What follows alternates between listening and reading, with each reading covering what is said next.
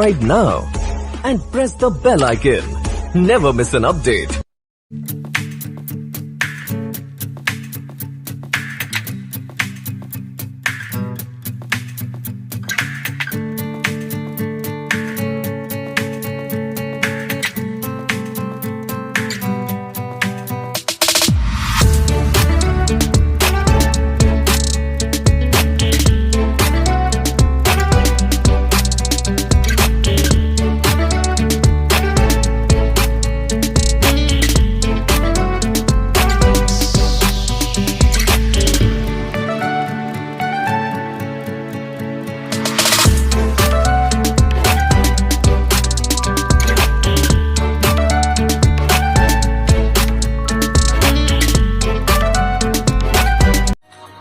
வணக்கம் நண்பர்களே, விஜய் பிரேக் பேசுறேன். சேல்ஸ்ல எப்படி ஜெயிக்கிறது, நம்பர் 1 சேல்ஸ்மேனா கொடி கட்டி பறக்கிறது அப்படின்றத நம்ம பார்த்துட்டு இருக்கோம். சில விஷயங்களை சேஞ்ச் பண்ணா நம்ம வாழ்க்கை மாறும் நான் சொல்றேன். அது சேல்ஸ் மட்டும் இல்ல, எல்லாமே. ஒரு நல்ல சேல்ஸ் பர்சனுக்கும் ஒரு சுமாரான சேல்ஸ் பர்சனுக்கும் என்ன டிஃபரன்ஸ்? ஒரு சாம்பியன் சேல்ஸ் பர்சனுக்கும் ஒரு சுமார் மூஞ்சி குமாருக்கும் என்ன வித்தியாசம்? த வேர்ட் அண்ட் குரு சொல்லுவாங்க, எந்த ஒரு வேலையிலையும் பிசினஸ்லயும் எப்ப தடுமாற ஆரம்பிக்கிறோம் அப்படின்றத நீ கண்டுபிடிச்சிட்டியா? எப்ப தடுமாறுறோம், ஏன் தடுமாறுறோம்? இந்த வார்த்தைக்கான அர்த்தம் தான் நீங்க நல்ல ஒரு சேல்ஸ்மேனா இல்லையா. சேல்ஸ்மேன் அப்படின்றது நான் சாதாரணமா சொல்றதா நினைக்க வேணாம். ஒரு sales executive, sales officer, sales manager, marketing head, country head, இந்த மாதிரி எந்த வார்த்தைகள் இருந்தாலும் சேல்ஸ்மேன் தான். நான் ஒரு காமன் ஜார்கன்ல யூஸ் பண்றேன். எந்த துறையில நம்ம இருந்தாலும் சரி, சேல்ஸை பொறுத்த வரைக்கும் எல்லாருமே சேல்ஸ்மேன். நம்ம இப்ப ராணுவத்தில் இருக்கோம் அப்படின்னா நம்ம ஒரு சோல்ஜர். அது நம்ம அக்கௌண்டண்டா இருக்கலாம் அல்லது குக்கா இருக்கலாம். அது போலதான் என்னை பொறுத்த வரைக்கும் சேல்ஸ்மேன் அப்படின்ற ஒரு வார்த்தையே ப்ரௌடான வார்த்தை தான், மிக பெருமையான வார்த்தை சேல்ஸ்மேன்ற வார்த்தை. அதனால இந்த வீடியோவை பார்த்துட்டு இருக்க எல்லாருக்கும், நீங்க எந்த லெவல்ல இருந்தாலும் சரி, எக்ஸிக்யூட்டிவா இருந்தாலும் சரி, ஆபீசரா இருந்தாலும் சரி, மேனேஜரா இருந்தாலும் சரி, ஈவன் கண்ட்ரி ஹெட்டா இருந்தாலும் சரி, சிஓ யாரா இருந்தாலும் சரி, ஒரு பிசினஸ் ஓனரா இருந்தாலும் சரி, சேல்ஸ்மேன்ன்றது ஒரு காமனா நான் யூஸ் பண்ற வேர்டு. அதுல எந்த இடத்துல நீங்க இருக்கீங்களோ அதுல அச்சீவ் பண்றது நான் பேசிட்டு இருக்கேன். அப்ப ஒரு நல்ல சேல்ஸ் பர்சனுக்கும் ஒரு சுமார் மூஞ்சி குமாருக்கும் என்ன டிஃபரெண்ட் அப்படின்னா, சிம்பிள் லாஜிக், ரைட்? கான்ஸ்டன்டா நீங்க உங்களோட டார்கெட்டை ஹிட் பண்றீங்களா அப்படின்னு பாருங்க. ஒரு சில பேரு எப்பயாவது ஹிட் பண்ணுவாங்க, வேற ஜாப் தேடுவாங்க. ஒருத்தர் ரெகுலரா ஹிட் பண்ணுவாரு, அவர் சாம்பியனா இருப்பாரு. இன்னொருத்தர் கன்சிஸ்டன்சி இல்லாம ஒரு 3 மாசத்துக்கு ஒரு தடவை, 4 மாசத்துக்கு ஒரு தடவை அந்த சர்வைவல் கேம்ல இருப்பார். நான் திரும்ப சொல்றேன், நம்பர் 1 சேல்ஸ்மேனா ஆகணும், நிறைய சம்பாதிக்கணும், நீங்க ஒரு புது பிசினஸ் கன்சர்ன் ஆரம்பிக்கணும், ஒரு பினான்சியல் ஃப்ரீடம், டைம் ஃப்ரீடம்ல இருக்கணும் அப்படின்னா நீங்க ஒரு சேல்ஸ்ல தான் ஸ்டார்ட் பண்ண முடியும் உங்க லைஃப். உங்க கெரியரை சேல்ஸா மாத்தினீங்கன்னா நீங்க ஜெயிச்சிங்க. திரும்ப சொல்றேன், சேல்ஸ்ல மட்டும்தான் நான் கோடியா சம்பாதிக்க முடியும். இந்த ஸ்கில்ல நீங்க கத்துக்கணும், ரைட்? ஃபர்ஸ்ட் விஷயம் என்ன, நமக்குன்னு ஒரு டார்கெட், ஒரு கோட்டாவை கம்பெனி கொடுத்துருக்கு. அதை நாம எத்தனை முறை ஹிட் பண்றோம்? இந்த இடத்துல நான் மாத்தி சொல்றேன், 2 விதமான டார்கெட் இருக்கு. ஒன்னு நம்மளோட கம்பெனி, நம்ம கார்பரேட் நமக்கு கொடுக்கிற டார்கெட். இன்னொன்னு நாம நமக்காக எடுத்துக்கிற டார்கெட். அந்த 2வது டார்கெட், நாம நமக்காக பிக்ஸ் பண்ற டார்கெட்டை நம்ம கண்டினியூஸா ஹிட் பண்ணோம்னா நாம மிகப்பெரிய கோடீஸ்வரனா மாற முடியும். அதற்கு இந்த சேல்ஸ் என்னும் பிரபஞ்சம் எல்லாம் அவ்வளவுதான்.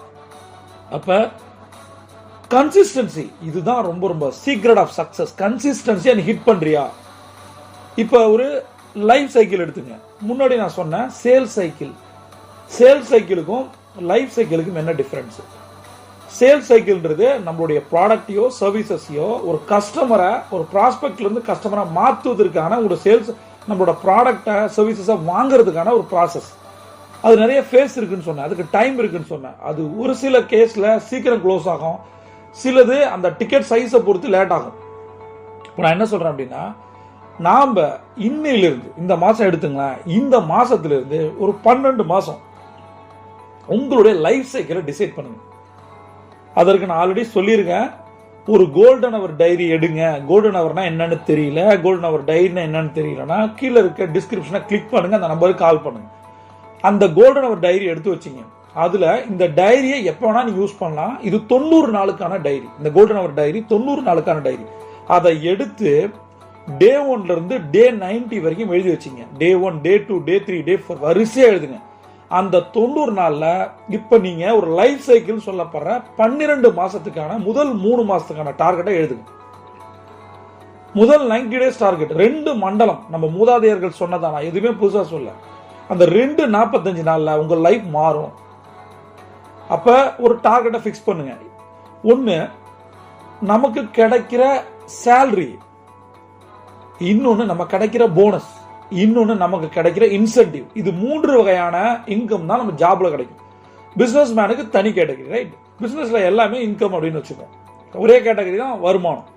இதுல சேலரின்றது பிக்சடு, அதுவும் சேல்ஸ் டார்கெட் பண்ணாதான் சில கம்பெனிகள் சேலரியே கொடுக்கும். ரெண்டாவது போனஸ்ன்றது இயர்லி போனஸ், அல்லது நம்ம ஒர்க் பண்ற கம்பெனில மேபி தீபாவளிக்கோ பொங்கலுக்கோ, கார்பரேட்ல எதுவும் தீபாவளி பொங்கலுக்கு அது கொடுக்க மாட்டாங்க. அது வந்து இயர்லி போனஸ் தான், ஸ்பெஷல் பர்ஃபார்மன்ஸ் போனஸ், ரைட்? அடுத்தது இன்சென்டிவ். நான் திரும்ப சொல்றேன், நீங்க ஒரு கில்லர் சேல்ஸ்மேனா இருந்தீங்கன்னா இந்த வார்த்தையில தான் நீங்கள் சம்பாதிக்க முடியும், லட்சாதிபதி ஆக முடியும், கோடீஸ்வரன் ஆக முடியும். எப்படி அப்படின்னா incentive. Secret of success equal to incentive. இன்சென்டிவ்காக எவன் ஒருத்தன் வேலை செய்யறானோ அவன் ஒரு பிசினஸ் ஓனரா மாறுவான். எவன் ஒருத்தன் சேலரிக்காகவும் போனஸ்க்காகவும் ஒர்க் பண்றான்னா அவன் சேலரிக்காக வேலை செய்யறவன் ஓட்டுவான், அடுத்தடுத்த கம்பெனி மாறிட்டே இருப்பான். போனஸ்க்காக வேலை செய்யறவன் ஒரு சேல்ஸ் ஆபீசர்ல இருந்து சேல்ஸ் மேனேஜரா மாறுவான், கொஞ்சம் கொஞ்சமா படிப்படியா மாறுவான். ஆனால் எவன் ஒருத்தன், திரும்ப சொல்றேன், கீ சீக்ரெட் என்ன? இன்சென்டிவ். இன்சென்டிவ் ஹிட் பண்றானோ, கண்டினியூஸா ஹிட் பண்றானோ அவன் தான் அடுத்த பிசினஸ் ஓனர். இப்ப நீங்க ஒர்க் பண்ணிட்டு இருக்க கம்பெனி மாதிரி உங்களால் பல கம்பெனிகளை வைக்க முடியும். அதுக்கு என்ன பண்ணும்? கன்சிஸ்டன்சியா ஹிட் பண்ணணும். அதற்கு ஒரு கோல்டன் ஒரு டைரி வாங்கி முதல் 90 நாள்ல நீங்களே உங்களுக்கு ஒரு டார்கெட்டா ஃபிக்ஸ் பண்ணுங்க. அந்த டார்கெட் எவ்வளவு இருக்கணும் அப்படின்னா, இப்ப கம்பெனில ஃபார் எக்ஸாம்பிள் உங்களுக்கு ஒரு மாசம் ஒரு 10 லட்சம் ரூபாய் சேல்ஸ் டார்கெட் வைக்கிறாங்க அப்படின்னா நீங்கள் அதை 1 கோடியாக மாற்றணும். 10 மடங்கு இன்ட்டு 10x. ப்ராக்டிக்கலா வேணும், நீங்க கொஞ்சம் கொஞ்சமா க்ரோ பண்ணும் அப்படின்னா இன்ட்டு 3x அல்லது 5x வைக்கலாம். எக்ஸ்ன்றது மடங்கு. அப்ப கம்பெனி உங்களுக்கு 10 லட்சம் டார்கெட் கொடுத்துருக்கு, நீங்க ஃபிக்ஸ் பண்ண வேண்டியது 1 கோடி. அப்படி இல்லை அப்படின்னா 30 லட்சம் அல்லது 50 லட்சம். இதை நீங்க ஒரு டார்கெட்டா ஃபிக்ஸ் பண்ணுங்க. இப்ப கம்பெனி கொடுத்த டார்கெட் 10 லட்சம், இப்ப நாம ஃபிக்ஸ் பண்ணிருக்க டார்கெட் 30 லட்சம் அப்படின்னா 1 லட்சத்துக்கு நம்ம அதாவது 10 லட்சத்துக்கு ஒரு நாளைக்கு 33,000 35,000 ரூபாய் பிசினஸ் பண்ணா போதும். ஆனா நாம ஃபிக்ஸ் பண்ணிருக்கிறது எவ்வளவு? இன்ட்டு 3x அப்படின்னா 30 லட்சம் ரூபாய். அப்ப 30 lakhs-கோ 50 lakhs-கோ 1 crore-கோ நீங்க into 3x 5x formula apply பண்ணும். இதற்கான கோல் செட்டிங் எழுதி, இதற்கான டூ டூ லிஸ்ட் போட்டு, இதுக்காக ப்ரியாரிட்டி பண்ணி, இதற்காக ரெவ்யூ அண்ட் மானிட்டர் பண்ணீங்கன்னா, இந்த 5 விஷயத்தையும் டெய்லி டெய்லி டெய்லி பண்ணீங்கன்னா உங்களுடைய டார்கெட் நான் சொல்றேன் 50 to 60% அச்சீவ் ஆகும்.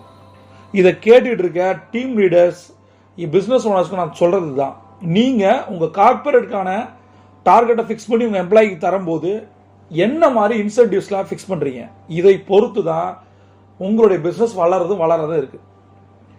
என்ன மாதிரி என்கரேஜ் பண்றீங்க, என்ன மாதிரி மோட்டிவேட் பண்றீங்க, என்ன மாதிரி ரெகக்னிஷன் கொடுக்குறீங்க, என்ன மாதிரி அப்ரிஷியேட் பண்றீங்க, இதெல்லாம் சரியா பண்ணீங்கன்னா எந்த ஒரு பிசினஸும் தோல்வி அடையாது, நலிவடையாது. நம்ம தோத்து போய் கம்பெனியை மூட வேண்டிய அவசியம் இல்லை. அப்ப பீப்புள் ஹேண்ட்லிங் ரொம்ப முக்கியம். ஏற்கனவே பல வீடியோக்களை சொல்லியிருக்கேன். நீங்கள் மிகப்பெரிய பிசினஸ் மேனா மாறணும் அப்படின்னா பீப்புள் மேனேஜ்மெண்ட் தெரிஞ்சிருக்கணும், மனிதர்களை கையாளும் கலை தெரிஞ்சிருக்கணும். ரெண்டாவது பணத்தை கையாளும் கலை தெரிஞ்சிருக்கணும். இது ரெண்டும் 50-50. இதுல ஒன்னு எக்ஸ்பர்ட், ஒன்னுல காலினா நம்ம காலி, ரைட்? அப்ப பீப்புளை சூப்பரா ஹேண்டில் பண்ணுவேன், எனக்கு பணத்தை ஹேண்டில் பண்ண தெரியாது. பணத்தை சூப்பரா ஹேண்டில் பண்ணுவேன், பீப்புளை ஹேண்டில் பண்ண தெரியாது. ஒரு நாள் கன்ஃபார்ம், சரியா? அதனால முதல்ல எப்படி பீப்புளை ஹேண்டில் பண்ணணும், பீப்புள் எப்படி என்கரேஜ் பண்ணணும், பீப்புள் எப்படி மோட்டிவேட் பண்ணணும், இதற்கான ஒரு ஸ்லாபை நீங்க உங்க டீமோட சேர்ந்து ஃபிக்ஸ் பண்ணுங்க. ரெண்டாவது விஷயம், ஒரு salesman, sales executive, sales officer இதை கேட்டுட்டு இருக்கீங்க அப்படின்னா நீங்க ஒரு முடிவெடுங்க. கம்பெனிக்காக ஒர்க் பண்ணாதீங்க, உங்களுக்காக ஒர்க் பண்ணுங்க. உங்களுக்காக ஒர்க் பண்ணாதான் நீங்கள் ஜெயிப்பீங்க, ரைட்? உங்களுக்குன்னு ஒரு ஃபேமிலி இருக்கு, உங்களை நம்பி ஒரு ஃபேமிலி இருக்கு. அப்ப உங்களோட இன்சென்டிவ் நீங்க ஃபோக்கஸ் பண்ணும்போது தான் உங்களுக்கு சக்சஸ் வரும், ரைட்? அப்ப என்ன பண்ணணும்? ஆஸ் அ சேல்ஸ்மேன் ஒன்று கத்துக்கணும். ஒவ்வொரு மாசமும், ஒவ்வொரு வாரமும், ஒவ்வொரு 3 மாசமும் நீங்க ரெவ்யூ அண்ட் மானிட்டர் பண்ணி அந்த கோல்டன் அவர் டைரியில ஒவ்வொரு நாளும் ரெவ்யூ அண்ட் மானிட்டர் பண்ணிட்டே வந்தீங்கன்னா ஸ்கோர் எழுதிட்டே வாங்க. இன்னைக்கு ஒரு 10 டாஸ்க் ஃபிக்ஸ் பண்றீங்க அப்படின்னா 3 முடிச்சிட்டீங்கன்னா 10க்கு 3 ஆவரேஜா பாருங்க. ஒரு வாரத்தில் எவ்வளவு வந்திருக்கு, ஒரு மாசத்துல எவ்வளவு வந்திருக்கு, 3 மாசத்துல எவ்வளவு வந்திருக்கு. உங்களுடைய சக்சஸ் ஆவரேஜ் 60% வந்தாலே நீங்க வச்சிருக்க 10 லட்சம் வேற மாதிரி இருக்கும். உங்களுக்கு இன்சென்டிவ் நிறைய கிடைக்கும். அது இல்லாம உங்க மேல உங்களுக்கு நம்பிக்கை வரும். நாளைக்கு நீங்கள் தனியாக தொழில் தொடங்குவதற்கு இது ஒரு மிகப்பெரிய வாய்ப்பு, ரைட்? அதை நீங்க புரிஞ்சுங்க. இந்த இடத்துல ஒரு சேல்ஸ்மேனுக்கு என்னென்ன கேரக்டர்கள் தேவை அப்படின்றத நான் சொல்றேன் பாருங்க. முதல் விஷயம், ஒரு ப்ராஸ்பெக்ட பேசும்போது எவன் ஒருத்தன் ஒரு அட்மையரை கிரியேட் பண்றானோ, ஒரு மதிப்பு மரியாதையை கிரியேட் பண்ணா அவன் ஜெயிச்சான். இந்த 2 வார்த்தை உங்களை ஜெயிக்க வைக்கும். ஒன்னு அட்மையர், இன்னொன்னு லாயல்ட்டி. இந்த அட்மையரும் லாயல்ட்டியும் இருந்தா உங்களுக்கு 3வது ஒண்ணு கிடைக்கும். அதுதான் உங்களை கொடிசொன்னா மாத்தும். என்னன்னா ரெஃபரல்ஸ். திரும்ப சொல்றேன், நீங்கள் பேசுற ஒரு விஷயங்கள், நடந்துகிற விஷயங்கள் மிக கண்ணியமாக, இவன் ட்ரஸ்டானவன், நம்பிக்கையானவன், ஒரு நம்பிக்கையை ஒரு ப்ராஸ்பெக்ட் கிரியேட் பண்ணுச்சுன்னா நீங்கள் சொல்வதே ஒரு கேட்பார், உங்களுக்கு ஒரு அடிமையாக மாறுவார். அவ்வளவுதான் சொல்றேன். இந்த மாதிரி பல கேசஸ் இருக்கு லைஃப்ல, ரைட்? நீங்கள் உண்மையாக பேசுனீங்கன்னா ஜெயிச்சிங்க. அப்ப அந்த லாயல்ட்டி எப்பயுமே உங்களோட வார்த்தைகள்ல, பேச்சுல மட்டும் இல்ல, செயலையும் இருக்கும். என்ன சொல்றீங்களோ அதை செய்யணும். சொல்றதை விட அதிகமா செஞ்சீங்க அப்படின்னா அந்த கிளையண்ட் கடைசி வரைக்கும் உங்களோட தான் இருப்பான். அவன் உங்க கம்பெனியை பார்க்க மாட்டான், உங்களோட ப்ராடக்டை பார்க்க மாட்டான், உங்களை பார்ப்பான். இந்த தம்பி நல்லவன், இவன் நல்லவன் அப்படின்னு நினைச்சானா, இவன் பேசுற வார்த்தைகள் உண்மை இருக்குன்னு நினைச்சானா, அவன் ரெஃபரன்ஸை கொடுப்பான். ரெஃபரன்ஸ் எப்போ வரும்? எப்போ ஒருத்தன் அவன் பயனடைஞ்சாதான் ரெஃபரன்ஸை கொடுப்பான். அப்ப பயனடைகிறதுக்கான விஷயத்தை நீங்க பண்றீங்களா? உங்களுடைய ப்ராடக்டும் சர்வீஸும் முன்னாடி இருக்க கிளையண்ட்டை காப்பாத்துமா, காலி பண்ணுமா? அதை முடிவு பண்ணி பேசும். அடுத்த விஷயம், ஒரு சேல்ஸ்மேன் பக்காவா இந்த ஒரு விஷயத்துல இருந்தாலும் அவன் ஜெயிச்சுக்கிட்டே போயிடும். என்ன அப்படின்னா, objection handling equal to success secret. நீங்க பில்லியனரா மாறணும் அப்படின்னா, அப்ஜெக்ஷனை எவன் ஒருத்தருக்கு ஹேண்டில் பண்ண தெரியுதோ அவன் கோடீஸ்வரன். அப்ப ஹேண்ட்லிங் அப்ஜெக்ஷன் சக்சஸ் கீ. இதை எப்படி கத்துக்கணும்? ஒரு கிளையண்ட் பொதுவா அப்ஜெக்டே பண்ண மாட்டாரு, வாங்கவும் மாட்டாரு. ஆனா ஒரு கிளையண்ட், அதாவது ஒரு ப்ராஸ்பெக்ட் நிறைய அப்ஜெக்ட் பண்ணுவாரு. அவர் கேட்கிற கேள்விகளுக்கு சரியான ஆன்சர் நம்ம சொல்லிட்டோம் அப்படின்னா கண்டிப்பா அந்த ப்ராடக்டை, அந்த சர்வீஸை அவர் வாங்குவார். அப்ப உங்களை எதுவுமே கேள்வி கேட்காத ஒருத்தன் நீங்க நினைக்க கூடாது அவன் ஒரு சரியான ப்ராஸ்பெக்ட், இது சேல்ஸா க்ளோஸ் ஆகும் அப்படின்னு. கேள்வி கேட்காம எஞ்சி போயிட்டே இருப்பான். சரி தம்பி சூப்பர், நான் கேட்டு சொல்றேன் அப்படின்னு. ஆனா இன்னொருத்தன் 2-3 கேள்விகள் கேட்பான். அவன் ஏன் கேட்கறான்னா, இந்த ப்ராடக்ட்ல என்ன இருக்கு, இந்த சர்வீசஸ்ல என்ன பெனிஃபிட் இருக்கு, அதை ஒருவேளை அவன் டீம்கிட்ட டிஸ்கஸ் பண்ணலாம், அவனோட ஹையர் மேனேஜ்மெண்ட்ல டிஸ்கஸ் பண்ணலாம், அவங்க ஸ்டாஃப்கள்ட்ட டிஸ்கஸ் பண்ணலாம், அவங்களோட இன்வெஸ்டர்கிட்ட டிஸ்கஸ் பண்ணலாம். நிறைய விஷயங்கள் இருக்கு. அதனால கேள்விகளை எதிர்பார்க்கு, முன்னாடி வர்ற அந்த ஷூட் அவுட் கொஸ்டினை எதிர்பாருங்கள். அதுக்கு தான் சொல்றேன், ஒவ்வொரு தொழிலுக்கும் வெறும் 15 கொஸ்டின் தான் இருக்கு. என்ன கேட்பார் கிளையண்ட், ஒரு ப்ராஸ்பெக்ட் என்ன கேட்பார், அதை எழுதி வச்சு அதுக்கான ஆன்சரை ரெடி பண்ணிட்டு பேசுனீங்கன்னா உங்களோட கேஸ் க்ளோஸ் ஆகும், ரைட்? அப்ஜெக்ஷன் ஹேண்டில் சரியா பண்ண கத்துங்க. 2வது, இரிட்டேட் ஆகாதீங்க. சில பேர் தேவையில்லாத ஒரு கேள்வி கேட்பாங்க. அப்ப இரிட்டேட் ஆகி அவங்கள்ட்ட நம்ம எந்திரிச்சு வர்றதோ அல்லது ஆர்கியூ பண்றதோ கூடாது. இடியட்னா ஆர்கியூ பண்ணுவோம். நம்ம இடியட்டா அந்த சேல்ஸை க்ளோஸ் பண்ணி துட்டு பார்க்க வந்திருக்கோமா? அதனால சில நேரங்கள் நம்ம இடியட்டா மாறிடணும், முன்னாடி இருக்கணும், புத்திசாலி ஆக்கணும். சரியா? ஒருத்தன் ஆர்கியூ பண்ணணும், அவன் மிகப்பெரிய இடியட்டா இருப்பான். எப்ப ஆரம்பிக்கிறானோ அப்பயே தெரிஞ்சுங்க இவன் ஒரு இடியட். அப்ப நாம இவன்ட்ட இடியட் ஆகக்கூடாதுன்னா நம்ம ஒரு புத்திசாலியா இருக்கணும். அப்ப அக்செப்ட், அவன் என்ன சொல்லணும் அதை எப்படி சொல்லணுமோ அப்படி பதில் சொல்லணும். அவனுடைய அப்ஜெக்ஷன் ஒருவேளை காரமா, சூடா, டென்ஷனா, பிரஷரா கூட அவன் கேட்கலாம். ஏன்னா அவனோட இடத்துக்கோ அவனோட ஆபீஸ்க்கோ நம்ம போயிருக்கோம். ஆனா இந்த இடத்த ஒரு கூலா, நீங்க இந்த இடத்துல தோனி எடுத்துங்க, ஒரு கூல் டெம்பரமெண்ட், ஒரு கேப்டன்னா இருந்தா எப்படி பண்ணுவாரு? டென்ஷன் ஆகுது ஈஸி, யார் வேணா டென்ஷன் ஆகும், யார் வேணா கோவப்படுவான். சின்ன குட்டி குழந்தை எல்கேஜி பி செக்ஷன் கூட அவங்கள புக்கை தூக்கி போடும், டாய்ஸை தூக்கி அடிக்க வரும். ஆனா அந்த கோபத்தையும் அந்த எமோஷனல் கண்ட்ரோல இருக்கான் பாருங்க, அவன் தான் நம்பர் 1 சேல்ஸ்மேன். முதல்ல ஒரு விஷயம் புரிஞ்சுக்கங்க, உங்களுக்கும் முன்னாடி இருக்க ப்ராஸ்பெக்ட்டுக்கும் இடையில ஒரு மெல்லிய கோடு இருக்கு, மெல்லிய ஒரு பவுண்டரி இருக்கு, தெரியாது. அந்த அப்ஸ்டகளை, அந்த தடைகளை டிசப்பியர் பண்ணணும், அது காணா போக வைக்கணும். அதற்கு நம்மளுடைய வார்த்தைகள், ஆக்ஷன்ஸ் எல்லாமே அடுத்து ஒரு கீப் ஆன் ஃப்ளோயிங்ல போகணும்.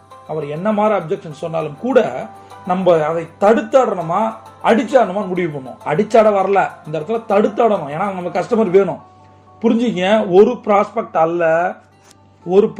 அல்ல ஒருத்தனை நீங்க சாட்டிஸ்ஃபை பண்ணீங்கன்னா 100, 1000, லட்சம் கஸ்டமர் வரும். அதனால ஒவ்வொரு ப்ராஸ்பெக்டையும் மிக சாதாரணமா எடை போட்டுறாதீங்க. அவ்வளவு திரும்ப சொல்றேன், முன்னாடி இருக்க மனிதன் உங்களை கோடீஸ்வரனா மாத்த வந்திருக்க ஒரு கடவுள், ஒரு பிரபஞ்சம் தான் முன்னாடி உட்காந்துருக்கோம். கஸ்டமர், அந்த கஸ்டமரை ஆக்கணும்னா அவன் ப்ராஸ்பெக்ட், இப்ப அந்த ப்ராஸ்பெக்டை கஸ்டமரா மாத்திர அந்த ஸ்கில்ஃபுல், அந்த டியூரேஷன், அந்த ஃப்ரீக்வன்சி, அந்த ஃப்ளோவை சரியா ஹேண்டில் பண்ணிட்டீங்கன்னா காலம் ஃபுல்லா உங்களுக்கு அடிமையா இருப்பான். அப்ப அவன் கேட்கிற கேள்விக்கு என்ன பேசணும், எப்படி பேசணும், என்ன சொல்லி க்ளோஸ் பண்ணும், என்ன மெத்தட்ல சொல்லணும், அதை கத்துக்கிட்டீங்கனாலே நீங்க ஜெயிச்சிங்க. அப்ப முன்னாடி இருக்க அந்த பேரியர் உடைஞ்சிரும். அதனால முதல் விஷயம், நாம எமோஷனல் கண்ட்ரோலா இருக்கணும். திரும்ப சொல்றேன், நம்ம ஒரு ஆவரேஜ் சேல்ஸ் பர்சன் கிடையாது. நம்ம ஜெயிக்க வந்திருக்கோம், நம்ம நம்பி ஒரு குடும்பம் இருக்கு. அப்ப நம்ம எடுத்துட்டு போற காசு தான் நம்ம குடும்பத்துக்கு, நம்ம அம்மா அப்பாவுக்கு, நம்ம ஒய்ஃபுக்கு, நம்ம ஹஸ்பண்டுக்கு, நம்ம குழந்தைங்களுக்கு, நம்மளோட உறவினர்களுக்கு, நம்ம நண்பர்களுக்கு ஏதாவது செய்யணும்னு நினைச்சோம் அப்படின்னா இங்க நமக்கு ஒரே ஒரு ஆப்ஷன் இருக்கு, ஒரே ஒரு ப்ராஸ்பெக்ட் இருக்கான். அந்த ப்ராஸ்பெக்டை கஸ்டமரா மாத்தணும். அதுக்கு என்ன பண்ணணும், நாம நமக்கான ஒரு டார்கெட்டை ஃபிக்ஸ் பண்ணணும். அது கம்பெனியோட டார்கெட் இல்ல, கோல்டன் அவர் டைரியில இதை எழுதணும், ரிவ்யூ மானிட்டர் பண்ணணும். இதை நம்ம எப்போ டெய்லி நம்மளுடைய சக்சஸ் ஆவரேஜை கனெக்ட் பண்ணிட்டே வந்தோம்னா 50 to 60% வரும்போது மிகப்பெரிய இன்சென்டிவ் நீங்க எடுக்க முடியும். அடுத்தது, எப்பயும் நம்பகத்தன்மையை கிரியேட் பண்ணும். லாயல்ட்டியும் அட்மையர் தான் உங்களுக்கு ரெஃபரன்ஸை கொடுக்கும். இதை நீங்க முதல்ல முடிவு பண்ணணும். அப்புறம் சக்சஸ் சீக்ரெட் ஈக்குவல் டு அப்ஜெக்ஷனை எப்படி ஹேண்டில் பண்றது. அதனால நான் சொன்ன விஷயங்கள் ஏதாவது டவுட் இருந்துச்சுன்னா நீங்க கமெண்ட் பேஜில் கேட்கலாம். இன்னும் டாப் ப்ரியாரிட்டி ஸ்ட்ராட்டஜிலாம் இருக்கு, அதை போக சொல்லித்தரேன். நீங்க ஒரு champion. See you on top.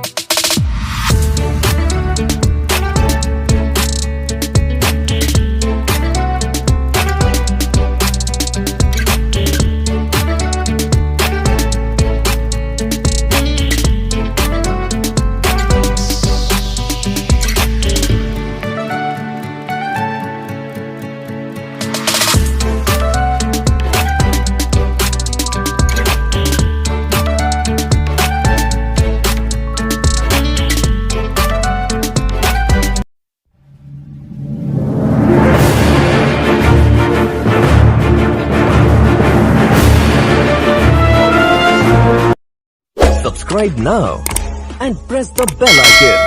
Never miss an update.